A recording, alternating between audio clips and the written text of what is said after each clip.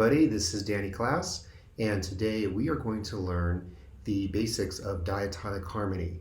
And diatonic harmony is very exciting because by learning this technique of harmonization, which is what we'll be doing, basically making chords from notes from a major scale, by learning how to do this, I think you'll be able to construct your own music down the road for really a lifetime.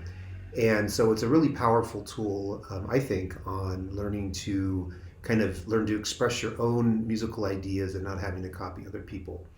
And so for today, we're going to go through the basics on what diatonic harmony is and how to apply it in the key of C. And in later videos, I'd like to explore ways to elaborate that with major seventh chords and also in different keys. Okay, so diatonic harmony is the system where if you take a major scale, and we'll just do C major scale, and I'm just playing it here on the 8th fret.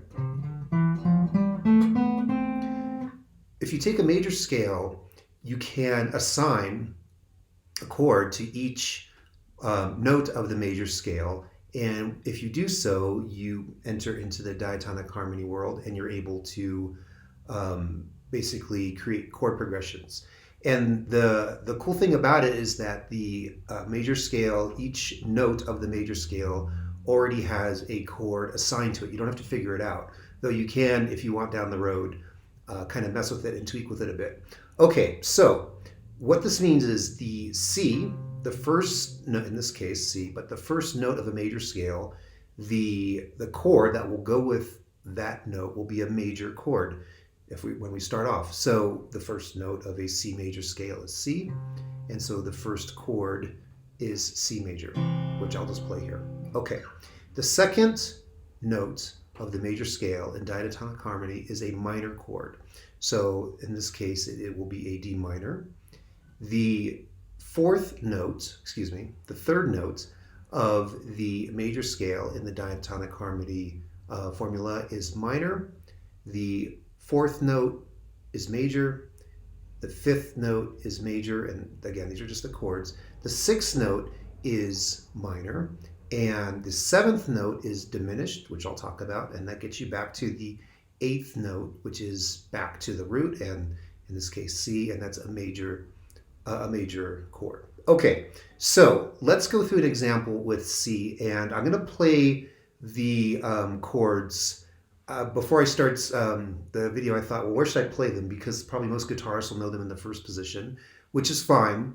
Nothing wrong with that. But I'm going to actually play them as finger triads up and down the fretboard, because that will be something that will easily transpose in other keys. Okay, so the first note of a C major scale is C, and the first chord is major, so therefore the first chord is C major, which I will play right here, the triad. And I'll put the link, in the description to the video, I'll put the fingerings for these.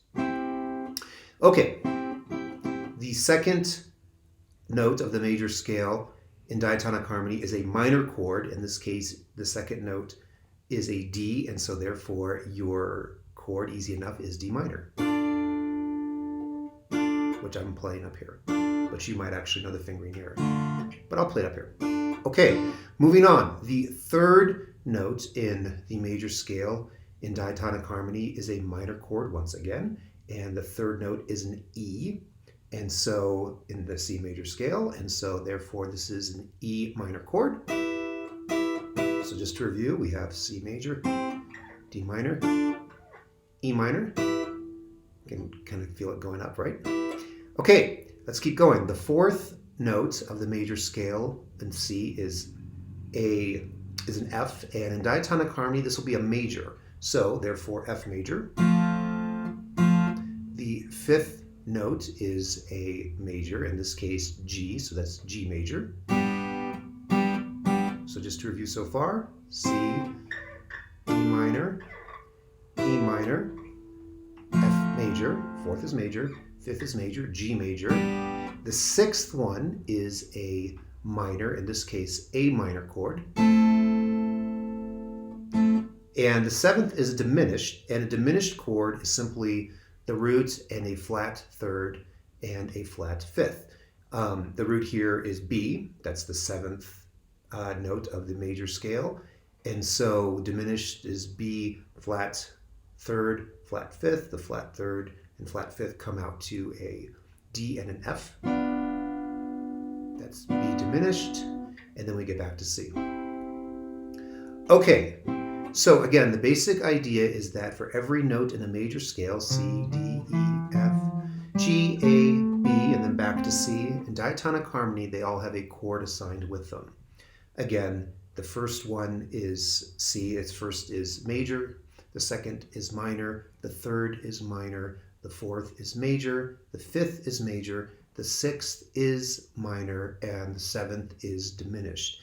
And again, the cool thing about that is the system is transposed up and down for every key. So the reason why I think this is so important, why I'm so excited about it, is because once you have those fingerings down, and if this is new to you, just practice them. The chords, again, I'm doing the triads here, or finger triads, but you can do them anywhere. Once you have them down,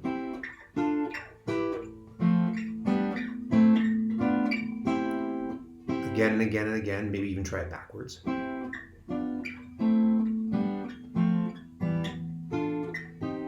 Oops. Then the reason why this is so powerful is because now you're able to construct chord progressions in infinite ways, because you've got 7 chords to work with, let alone all the different voicings, but you have 7 chords, and so you can stack them however you want. Now, typically people will do, I mean, it's just kind of very common, is the 1-4-5, which is, in this case, C, F, G. C, the 4, F major, the 5, G major, back to the C.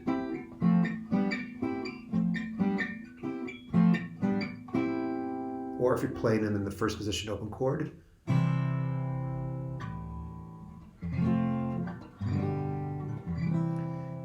And then, but even within that, you can go backwards, or you can shuffle them around, go 1-5, 1-5, 4, just to see what happens.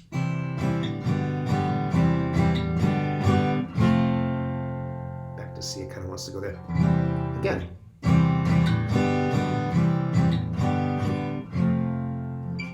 And throw in, I don't know, a minor third, that's the E minor.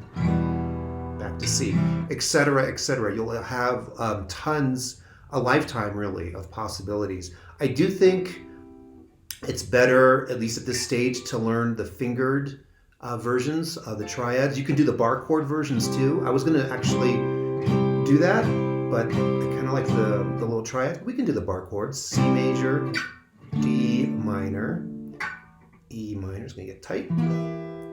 Or here, if you want, you can play it there.